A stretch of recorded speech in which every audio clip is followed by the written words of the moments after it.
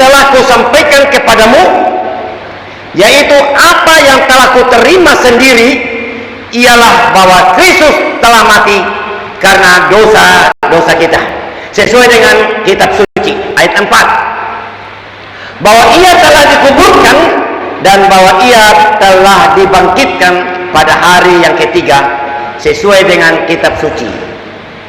Bapak dan Mama yang diberkati Tuhan, pada saat ini tidak banyak ayat-ayat, tetapi di sini penekanannya oleh Rasul Paulus kepada Korintus di sana.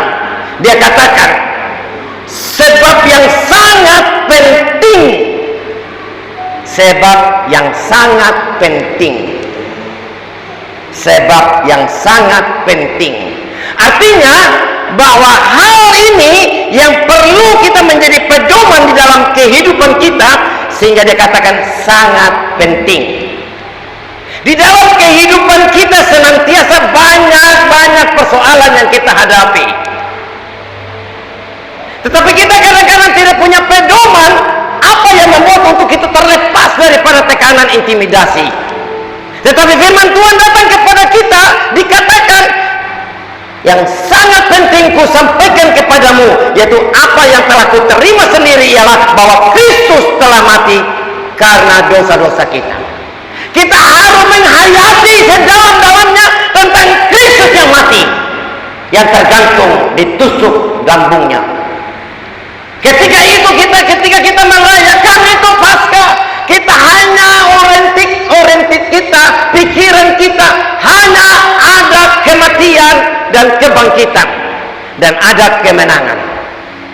Dan banyak orang-orang Kristen kadang-kadang tidak mengerti tentang makna daripada Paskah. Mereka menangis, mereka sedih, mereka berkabung, pakai baju hitam lagi. No, tidak bisa dibenarkan itu. Harus kita bersukacita, karena kalau kita mengerti tentang firman Allah, kita tertawa, kita bersukacita di tengah-tengah penderitaan Kristus. Orang yang bodoh yang tidak mengerti, ini orang Kristen apa ini, tidak mengalami dengan Tuhan. Bukan begitu. Saya ingat ketika ada dua orang penjahat, sebelah satu disalibkan kepada Yesus. Dia bilang begini, kalau engkau orang Yahudi, raja orang Yahudi, selamatkanlah dirimu. Saya menikmati firman ini. Saya bilang dalam hati, untung saja Yesus tidak tersinggung. Kalau Yesus tersinggung, dia turun, engkau dan saya yang menggantikan di atas kayu salib. Ada amin? Pasti tidak ada cara lain. Di dalam salib itu adalah berbicara tentang kemenangan, sehingga dia datangi kepada setiap orang-orang selama 40 hari. Ketika Yesus bangkit dari antara orang mati, dia berjalan sepanjang 40 hari. Tujuannya apa? Untuk meneguhkan engkau dan saya, untuk meneguhkan umat-umat yang dalam keadaan galau, yang tidak mengerti, yang cara membaca kitab suci tidak tepat dan benar. Mereka hanya tidak mengerti, hanya mereka tahu saja, tapi tidak mengerti tentang isi firman. Maka itu mereka wajarlah kalau mereka takut sekali. Bukankah hari-hari ini jemaat Tuhan banyak yang mengalami ketakutan? Bukankah hari-hari ini banyak jemaat-jemaat anak-anak yang mengalami kegalauan, hilang damai sejahtera? Bukankah hari-hari ini orang Kristen yang sudah tua di dalam jemaat makan firman tiap hari, tetapi masalah datang kasus, aduh. Tapi kalau dia punya kepastian bahwa Allah telah menyelamatkan dan mengambil semua, terjadi change, pertukaran di atas mimbar, semuanya dia kasih yang terbaik dalam kehidupan kita. Sehingga firman Tuhan bilang apa? Engkau lebih daripada pemenang. Amin. Bukan sekedar menang saja, tapi Tuhan kasih jaminan engkau lebih daripada pemenang ketika Yesus bangkit. Ada amin. Maka itu banyak orang-orang yang Muslim terutama yang menyerang tentang objeknya Kristus Yesus. Karena mereka tidak mengerti, merenungkan dalamnya tentang firman, hanya tahu tentang firman mereka. Luar biasa. Apologet Islam itu, dia orang lebih kuasai kepada kita daripada kita ayat-ayat yang semua. Menjadi menantang orang-orang Kristen hari-hari ini. Mereka katakan, woi orang Kristen, Kristus itu sebelum dia mati saja di atas kayu salib, dia sudah punya kuasa menyembuhkan orang sakit, mengampuni orang-orang yang bersalah kepada dia, kepada orang-orang itu banyak yang dia memberikan pengampunan. Apain lagi dia harus mati? Untuk apa dia sengsara kalau dia sudah bisa? Nah, ini pemahaman yang sangat amat keliru, bahwa Kristus tidak memiliki skala yang kecil, dia memiliki skala dunia, keselamatan akan dunia. Dan dia mati, dan dia harus mati, harus dia menikmati, harus dia menjalani semua hukuman-hukuman itu. Karena apa? Telah dinubuatkan bahwa dia akan mati, dan dia akan hari ketiga dia akan bangkit. Dan ini kita sudah tahu persis bahwa itu tidak bisa tidak melenceng daripada rencana gagasannya dia. Untuk apa? Keselamatan bagi semua orang. Kalau pada waktu Yesus belum mati, dia masih ada di Galilea, orang hanya bisa ketemu di Galilea saja. Orang-orang yang terbatas saja yang bisa berjumpa dengan Yesus, yang dia dapat mengampuni salah dan dosa. Tetapi ketika Yesus mati dan bangkit, ketika dia bangkit, dia mengendalikan ruang dan waktu yang ada. Dimanapun kita berada, sekalipun di tempat WC sekalipun, dia ada bersama engkau. Dan dia mengampuni akan dosa-dosa kita. Dia adalah kepentingan yang dia mau buat adalah bagaimana sehingga Yesus itu bisa diakui kealahannya, dia sebagai anak Allah. Maka itu anak Allah berkuasa atas maut dan penderitaan. Saya renungkan, saya tadi malam baru saya dapatkan pemahaman sedikit tentang Kristus dan yang mati di atas kayu salib. Di mana Kristus yang mati di atas kayu salib, saya bilang begini, semua sudah selesai, dikatakan. Semua sudah selesai. Maka itu dia harus tinggalkan dan dia mati. Saya percaya kemenangan bagi setiap orang-orang beriman ketika dia menikmati firman ini tentang kematian dan kebangkitan Kristus itu. Saya percaya bahwa Kristus untuk semua orang, dan mereka yang hidup bukan untuk dirinya sendiri, tapi untuk dia yang telah mati dan telah bangkit. Artinya bahwa di sini adalah berbicara tentang Kristus yang mati di atas kayu salib, adalah berbicara tentang pengorbanan semata-mata. Apabila kita menghubungkan dengan kasus-kasus yang hari-hari ini kita alami, di mana kita penuh dengan kesulitan hidup ini, ekonomi morat-marit, menjadi pertentangan di dalam panggilan Tuhan, bahwa firman Allah dalam bukan untuk engkau sendiri, engkau harus melayani orang lain. Ini menjadi suatu debatan pikiran saya, egoistis yang senantiasa hadir dalam setiap kehidupan kita. Emangnya gue mikirin lo, saya saja belum cukup, bagaimana saya bisa pikirkan kau? Tetapi ketika kita dalam keadaan guncang, ketika kita dalam keadaan krisis, ketika kita dalam keadaan tidak ada apa-apa, tekanan, kecemasan, kegalauan, di situ tahun-tahun multiplikasi dan tahun-tahun promosi mengikuti kita. Ketika kita memahami tentang ayat ini, kita lakukan itu sesuai dengan iman kepada Tuhan, maka tahun-tahun promosi tahun-tahun multiplikasi mengikuti kita. Ada amin? Ada amin, Bapak-Bapak? Kalau saya merenungkan, saya pernah lihat waktu hujan baru-baru di pantai ada air laut, air tawar itu mengalir menuju ke laut. Ada yang dari kolam itu terpecah, dari ikan-ikan tawar itu, lawan dia lawan air itu. Dia lawan air. Maksud apa dia lawan air, Bapak dan Mama? Agar dia tidak terbawa ke dalam air laut. Ada amin? Kecenderungan ikan air tawar menabrak ombak, menabrak arus air. Kehidupan orang-orang Kristen juga demikian, harus melawan arus.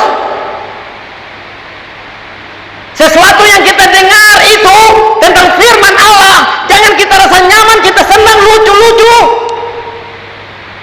Tidak ada kabar baik di dalamnya. Kabar baik itu adalah apa? Kristus yang telah mati dan telah bangkit, itu kabar baik.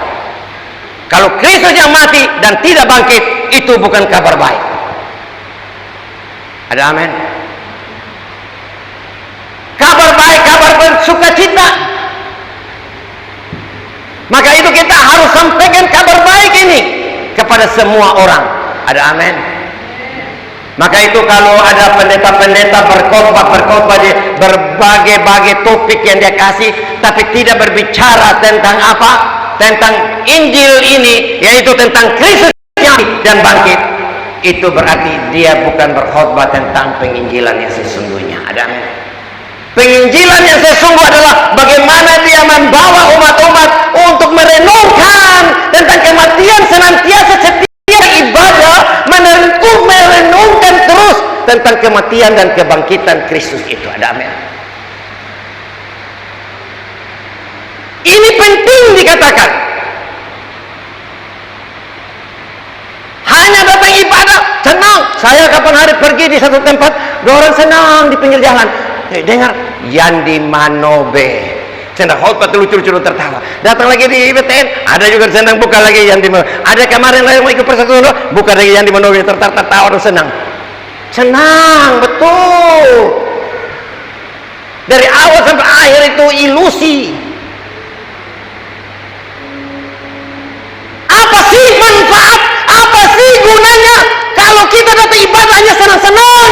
Akhir zaman telah berkata demikian, engkau tidak akan menikmati damai sejahtera sukacita. Injil yang harus disampaikan itu adalah Injil kerajaan Allah. Tidak akan ada kesuksesan tanpa proses. Tidak mungkin engkau menikmati berkat-berkat tanpa proses. Dan tidak akan ada kemuliaan mahkota tanpa salib. Maka itu marilah kita merubah paradigma kita, merubah pola pikir kita tentang Paskah yang sesungguhnya. Karena hari-hari ini adalah masih suasana penampakan Kristus. Ada amin? Ketika kita merenungkan tentang ayat ini, penting ayat ini dalam keadaan kegalauan, dalam keadaan ketakutan, dalam keadaan ketidakpastian, engkau renungkan ayat ini. Ayat ini akan memberikan kekuatan kepada engkau. Tidak ada ayat-ayat lain yang dapat memberikan peneguhan kepada kita. Di situ dikatakan sangat penting. Artinya penting dikatakan adalah meneguhkan iman dan pengharapan kita. Maka itu kalau kita dalam keadaan ketakutan, hilang yang kita tahu menjadi tidak tahu. Ada banyak hal-hal orang-orang yang seperti itu, banyak sekali. Bahkan sekarang itu orang-orang mencari damai bukan di tempat-tempat ibadah gereja Tuhan, malah pegang Alkitab saja malu. Kita harus berani menyatakan bahwa ini Injil, ini Kristus saya yang sudah bisa membebaskan umat-umat dan memberikan damai sejahtera lebih daripada apa yang ada di dalam dunia ini. Tapi kita malu, tidak ada yang bisa bersaksi. Banyak orang-orang mengalami ketakutan yang berlebihan. Orang-orang kaya banyak yang tidak punya damai sejahtera. Itu sangat tepat ketika kita masuk dan kita memiliki kekuatan ini. Jangan kalau kita mau melakukan keberanian, mau melakukan penginjilan tentang kebenaran ini, lalu kita sendiri masih takut setan. Jangan karena kita mau melayani orang-orang di luar, ikut-ikutan KKR, ikut-ikutan rame. Tapi kalau dia tidak pernah merasakan, menikmati tentang kata-kata firman Tuhan ini, mati dan bangkit Kristus itu yang penting, percuma terus saya ikut-ikutan. Dia sendiri masih punya beban, dia pergi lepaskan beban orang lain. Tidak masuk di akal. Maka itu dalam kasus-kasus sekarang ini ada banyak orang-orang di luar sana. Saya katakan, hai, datang ibadah ya, datang ibadah supaya engkau diberkati. Diri sendiri tidak diberkati, lalu omong kepada orang-orang yang kaya, yang punya uang banyak. Saya sudah diberkati, uang banyak. Kamu yang ngomong yang tidak berkati, kamu yang masih susah. Woi, datang kamu diberkati. Tetapi yang dimaksudkan orang kaya, dimaksudkan dalam pelayanan, bagaimana engkau memiliki damai sejahtera penuh karena engkau merenungkan tentang kebenaran ayat tadi. Ayat itu yang menjadi patokan yang engkau dapatkan kekuatan. Engkau tidak sadar Allah bekerja di dalam engkau. Bagaimana cara Allah bekerja? Ketika engkau duduk manis-manis menikmati penderitaan Kristus di atas kayu salib, di situ engkau menangis, dan apapun yang engkau alami dalam penderitaan masih tidak seberapa dibandingkan Tuhan. Saya memiliki sukacita lebih, ada pembanding yang lebih menderita dari saya. Ada amin. Kristus aja menderita, apalagi saya. Tetapi semuanya adalah bentuk proses menuju kepada kesuksesan. Saudara jangan kecewa, saudara yang sedang mengalami kondisi-kondisi seperti ini. Jangan kecewa. Ada waktunya. Tadi lagu-lagu katakan ada waktunya. Ada waktunya. Tuhan akan melepaskan engkau. Ada saatnya. Karena Injil itu adalah berbicara tentang kemenangan, kebangkitan Kristus dari antara orang mati. Dia sudah menerima. Intinya kita harus berpikir kita sudah menerima. Amin. Makanya firman Tuhan bilang apa? Berdoa, kita sudah menerima. Iman itu sudah menerima. Injil itu adalah Allah yang hidup, sehingga dikatakan Injil. Injil kabar baik, kekuatan Allah di dalamnya. Maka kabar baik itu Injil berbicara tentang apa? Perjanjian baru, yaitu Injil. Ada amin. Ketika Yesus ada di bumi, maka itu adanya kekristenan karena ada kebangkitan. Ada amin. Kalau Kristus tidak bangkit, tidak akan ada kekristenan di muka kolong langit ini. Maka itu tidak akan ada penginjilan lagi. Gereja bubar, Kristen bubar kalau tidak ada kebangkitan. Karena ada kebangkitan, maka kita meyakini ada masa depan yang penuh harapan. Ada amin. Engkau tidak usah takut bahwa engkau ini adalah sedang mengalami proses-proses menuju kepada kesuksesan. Bahwa kesuksesan tanpa proses tidak namanya kesuksesan. Harus lewat proses. Jangan lihat bahwa kita ini orang yang punya rumah, punya harta. Lihat prosesnya dari awal itu bagaimana dia hidup. Amin. Ada suka dan dukanya. Tapi kita yang tidak ada apa-apa tidak mau bekerja. Tapi kita yang bekerja saja sudah pasti akan diberkati. Karena itu janji Allah. Kemenangan demi kemenangan. Karena dia telah bangkit, dia telah menang, dia telah bangkit, dia telah menang, dan dia telah memberikan kemenangan dalam tangan kita. Injil itu dalam tangan kita memberikan kepastian kepada kita bahwa engkau sudah menang. Amin. Hanya lewat proses saja. Maka itu dalam Injil itu adalah berbicara tentang perjanjian baru. Perjanjian baru dan perjanjian lama itu berbeda. Perjanjian lama itu ada muatan-muatan, ada sejarah-sejarah, perintah-perintah, instruksi-instruksi. Itu ada dalam perjanjian lama. Tetapi dalam perjanjian baru bermuatan nubuatan-nubuatan dan penggenapan-penggenapan. Engkau sudah digenapi. Janji iya dan amin. Engkau akan diberkati. Anak dan cucu tidak akan meminta-minta. Amin. Tidak akan meminta-minta. Saya lihat di masa COVID memang janji Allah tergenapi. Dalam perjanjian baru ini tergenapi. Masa COVID itu tidak ada orang yang mati karena tidak makan minum. Tapi mati karena sakit ada. Walaupun di pagar sana, pagar sini, tutup sana, tidak ada usaha segala macam, tetap hidup. Pak Ade di Moheo ini pada waktu COVID itu anjlok sekali. Tidak, dia malah pakai kemenangan yang luar biasa lagi. Karena apa? Kita pasti lebih daripada pemenang. Kalau kita dalam keadaan kegalauan, pandang ini ayat ini, pulang catat, minta Kok Thomas. Ayat mana itu? Ini pandang, sangat penting. Ketika engkau dalam keadaan maju, firman Tuhan bilang apa? Engkau lebih daripada pemenang. Jaminan kehidupan, kesuksesan sudah ada dalam tangan kita. Tinggal kita mau bekerja dengan beriman kepada ayat ini. Amin. Kita akan memiliki keberanian yang keluar dari dalam hati kita oleh Roh Kudus, menghibur dan memberikan kepastian, damai, sejahtera, sukacita, melampaui daripada apa yang orang lain di luar sana yang tidak dinikmati. Sehingga waktu kita keluar meluap ke damai saja, kita katakan kepada orang-orang yang kaya, yang punya uang banyak.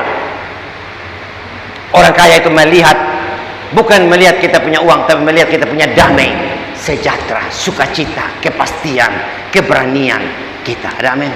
Ada amin? Ketika Yesus bangkit dari antara orang mati, dunia tidak melihat Yesus lagi, tapi dunia hanya melihat manusia-manusia yang mengikuti Tuhan. Ada amin? Bagaimana kita menunjukkan bahwa kita tidak datang ketemu orang, aduh saya susah. No.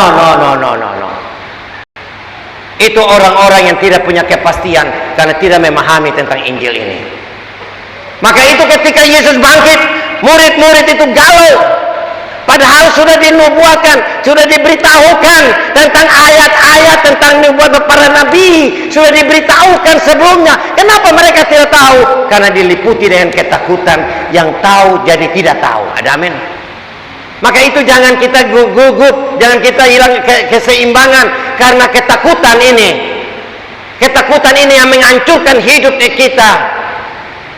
Ketakutan itu 99,9% yang kita takutkan itu tidak pernah terjadi semata-mata dalam hidup kita. Ada amin?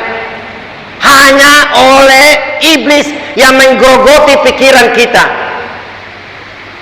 Maka itu Bapak dan Mama, kita harus perlu renungkan sekali lagi. Bapak dan Mama dalam keadaan kegalauan, dalam keadaan ketakutan, mari tawaran firman Tuhan datang pada pagi hari ini. Intinya, pandang salib ini. Pandang tentang pernyataan pertama Korintus 15 ayat 3 dan 4 ini. Bahwa dia telah mati bagi saya dan engkau. Di situ waktu engkau renungkan, duduk renungkan tentang kematian dan kebangkitan, Tuhan mengenal hatimu. Di situ engkau akan mendapatkan pengharapan yang baru. Ada amin? Ketika engkau mendapatkan pengharapan itu membangkitkan keberanian. Pengharapan itu yang membangkitkan keberanian, dan keberanian itu diekspresikan dengan iman. Maka itu iman-iman pembuat mujizat, iman-iman hasil daripada memiliki ekspresi keberanian. Ada amin? Doa itu dengan yakin dan percaya, saya berdoa dengan iman bahwa saya sudah terima, mujizat akan terjadi dalam hidup itu. Amin. Jangan berdoa, Tuhan Yesus bisa dalam hati, habis doa saya bisa diterima atau tidak, karena memang saya sendiri sudah pecundang. Kita harus memiliki fighting spirit, kita harus memiliki petarung Sebagai orang-orang beriman, kita adalah orang-orang yang memiliki kebangkitan Kristus, mengalami kebangkitan Kristus. Kita harus siap fighting spirit, peperangan dalam roh. Jangan setan sudah datang berdoa, setan berdoa datang, bukan apa, kita langsung lari. Kita harus benar, kalau kita mengalami kekuatan kuasa kebangkitan, apapun kita hadapi, kita tidak perlu takut. Apapun hidup yang kita hadapi, kita tidak takut. Jadi itu kita akan diberkati. Katakan, saya pasti diberkati. Sekecil apapun kerja, jangan kita kecut hati kita. Ada amin. Ini kebetulan kemarin Bapak Christian ada di sini. Kemarin minggu lalu Pak Esra mana? Pak Esra tadi bilang, wah ini sudah pasti bos ini. Ayo jangan, saya belum bos ini. Jangan. Harus berkatakan, ya saya beriman, saya pasti bos. Karena sudah dalam genggaman ada punya pekerjaan saya. Ada amin? Dengan iman katakan. Kesuksesan tanpa ada kesuksesan, tanpa ada proses. Kamu sudah lewati proses bekerja, pasti dalam jamin dengan iman, dengan beriman, pasti tidak akan ada mahkota tanpa salib. Ada amin? Tidak ada kesuksesan tanpa proses. Maka itu kita jangan orang-orang yang beriman. Jangan engkau berpikir, saya firman Tuhan janji dalam iman Kristiani, engkau akan menjadi kepala bukan menjadi ekor. Lalu saya duduk-duduk, ongkang-ongkang kaki, santai-santai, tidak mengalami fighting spirit, tidak mengalami fighter-fighter yang ada, tidak. Hanya dapat tantangan, ya ibalah, bangun juga santai-santai, mau kerja ya baik. Baru andalan bilang mau jadi kepala bukan menjadi ekor. Apa itu? Kalau kita mau menjadi kepala yang sesuai dengan janji Allah, tidak menjadi ekor, harus betul-betul fighting spirit, harus memiliki keberanian menghampiri apapun tantangan, cobaan dalam kehidupan. Kita jangan takut mundur, kerja dengan iman, dengan mengandalkan firman Tuhan tadi. Ada amin? Firman Tuhan yang meneguhkan kita. Maka itu penting sekali. Hari-hari ini kita orang-orang Kristen dirundung dengan ketakutan yang berlebihan. Ketakutan itu wajar, titik nol itu wajar. Tapi jangan titik minnya lagi. Tidak normal itu. Itu orang-orang yang harus pergi ke psikiater atau datang ke hamba Tuhan, ke Tuhan untuk menyelesaikan tubuh itu. Ada masalah apa itu? Ada yang kasus sekarang yang kita hoarding disorder, hoarding disorder. Ada nama penyakit hoarding apa namanya? Kalau saya ingat salah apa namanya? Hoarding disorder ya, hoarding disorder. Itu nama penyakit sekarang yang ada dalam dunia sekarang ini. Kenapa? Hoarding disorder itu adalah orang-orang yang dilintas dengan ketakutan oleh berbagai macam kasus di dalam dunia ini. Dia takut suaminya diambil oleh pelakor. Dia jaga suaminya, dia ketakutan cemburu yang berlebihan. Misalnya contohnya, ketakutan yang di luar nalar, harus kembali kepada fokus kepada isi firman ini. Ada amin? Ada amin? Dia takut miskin, takut gagal, takut usahanya bangkrut. Ini wajar. Tapi jangan terlalu berlebihan sehingga dia kumpul barang-barang yang bekas, dia takut hilang dari barang badannya, dari hidupnya. Dia kumpul. Sekarang lagi tren akhir-akhir ini orang banyak penyakit seperti itu. Dia takut kehilangan sesuatu dari hidupnya. Maka itu kemarin itu saya pernah bawa, kemarin saya dengan Pak Yonatan ini pergi nona satu, dia kos ya, masuk, saya lihat, saya bilang, mari kita tolong kasih bersih dia punya kamar dulu, saya kesian itu anak nona tuh. Pergi di kamarnya dia, 4x6 kamar ada AC, penuh dengan sampah semua di dalam kamar, dia tidur di tengah-tengah sampah. Tidak ada ruang untuk dia duduk tidur, tempat tidur dia taruh sampah-sampah bekas makan semua. Itu penyakitnya karena ketakutan yang berlebihan. Sampai Pak Yonatan saya panggil, Pak Yonatan, dia masuk, dia tidak mau kasih masuk ini nona. Masuk, lihat, masuk begini, langsung menangis dia. Dia langsung menangis.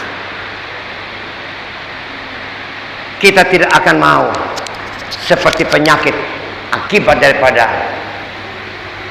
korban-korban ketakutan-ketakutan yang berlebihan. Kenapa? Dia takut sesuatu. Kalau kita masih ada baru merasakan seperti itu. Tujuan daripada karena Kristus yang telah bangkit dari Injil itu menjadi Injil yang istimewa, Injil yang luar biasa. Maka Yesus menampakkan diri untuk meneguhkan para murid supaya bisa menjalani misi pelayanan, pergi sampaikan kabar baik. Kalau dia masih dalam keadaan ketakutan, tidak mungkin dia pergi. Ada amin. Esensinya bukan sekedar dia bebas dari ketakutan, tapi akibat ketakutan yang ada, dia jadi pecundang. Dia tidak bisa menyampaikan kabar baik, tidak ada pengurapan di dalamnya. Ada amin. Maka itu Yesus membersihkan semua akar-akar ketakutan supaya keberanian itu muncul, dan di situ tata Allah akan dibukakan, dan orang yang dia layani akan mentransferkan dia kekuatan-kekuatan itu. Saya kemarin masih dikirim kue, satu papan, satu pan. Ini saya bersaksi di depan altar yang kudus. Tuhan tahu. Orang yang bekas saya layani, orang tuanya meninggal, dia anak tunggal. Jadi kami menjadi hubungan keluarga dengan dia. Kenapa? Dia diselamatkan dengan doanya kita. Pada waktu dia galau, bapaknya meninggal, 2 tahun itu dia tidak bisa kerja apa-apa di rumah. Anak-anak dia tidak urus. Dia pergi menurut kesaksian sama Acimoy, di pendetanya, istrinya pendeta, bukan orang yang salah-salah lagi, gereja Agape. Dia bilang tidak rasa apa-apa, dia galau. Dia pergi cari orang yang bikin ketenangan. Bagaimana? Ketemu saya, dan saya melayani 3 mantero, saya melayani dia. Saat itu dia terlepas, sampai hari ini dia bersuka cita, dia punya kepastian. Bahkan kemarin dia masih telepon, saya kasih dengar mic sama istri saya, Acimoy, dia omong semua apa adanya. Saya rasa bebas sudah sekarang, sudah beberapa tahun ini, saya belakangan saya bebas. Saya 2 tahun itu dalam keadaan dihimpit dengan ketakutan, rasanya mau bunuh diri karena dia anak tunggal. Kenapa? Ada kuasa yang membebaskan dia, karena kita sudah dibebaskan. Bagaimana kita tidak dibebaskan, kita membebaskan orang lain.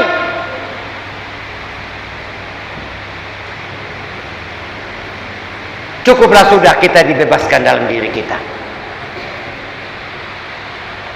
Engkau akan mengalami ketakutan, engkau akan mengalami gundah gulana kalau engkau tidak mengalami yang namanya kuasa kebangkitan ini. Maka itu bertapa bersyukur kepada Allah kita. Bersyukur kepada Allah lewat Yesus Kristus kematian memberikan kemenangan kepada kehidupan kita. Pertama Korintus 15 ayat 57, coba lihat. Pertama Korintus 15 ayat 57. Tapi syukur kepada Allah, dikatakan, yang telah memberikan kepada kita apa? Kemenangan oleh Yesus Kristus Tuhan kita. Ada amin. Bersyukur lewat kematian dan kebangkitannya, dia telah memberikan kemenangan. Hari ini engkau mendengarkan firman Allah, engkau jangan takut lagi menghadapi hidupmu. Jikalau engkau evaluasi dalam dirimu ada sesuatu ketakutan, engkau yang lebih tahu keadaanmu. Engkau yang bisa kontrol keadaanmu. Saya tidak bisa kontrol keadaanmu. Marilah, karena kehidupan kita yang sangat singkat ini, marilah kita tangkap makna kebangkitan itu untuk kita menikmati damai, untuk menikmati sekali hidup di dalam dunia ini. Ada amin. Ada 2 kali kau hidup dalam dunia kok. Ada 2 kali kok. 1 kali. Maka itu tangkaplah makna dari kebangkitan, kematian dan kebangkitan.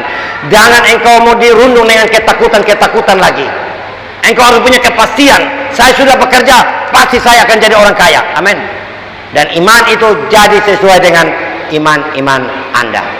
Kiranya firman Tuhan 30 menit ini dapat kita tangkap, kita simak baik-baik, bahwa dalam firman perjanjian baru, Injil sudah berbicara tentang sudah, telah, bukan akan. Dalam perjanjian lama lagi akan. Tapi dalam perjanjian baru sudah. Tepuk tangan untuk Tuhan. Sudah selesai. Engkau sudah diberkati oleh Tuhan, asal engkau mau niat, mau tulus mengimani kepada isi firman. Karena isi firman itu amat sangat penting, firman itu. Amin. Pulang dan ingat, catat di depan pintu Anda. Firman ini penting untuk engkau renungkan. Ketika engkau renungkan, engkau akan mendapat kekuatan yang baru setiap hari. Engkau tidak menangisi masalah, hidup dari masalah kepada masalah, tapi engkau akan keluar sebagai pemenang. Ada amin? Ada amin? Jangan lagi kita menangisi masalah, hidup dari masalah kepada masalah, tapi kita harus keluar sebagai pemenang. Kristus akan bersama dengan engkau dalam segala perkara. Amin. Untuk firman Tuhan. Haleluya, Yesus.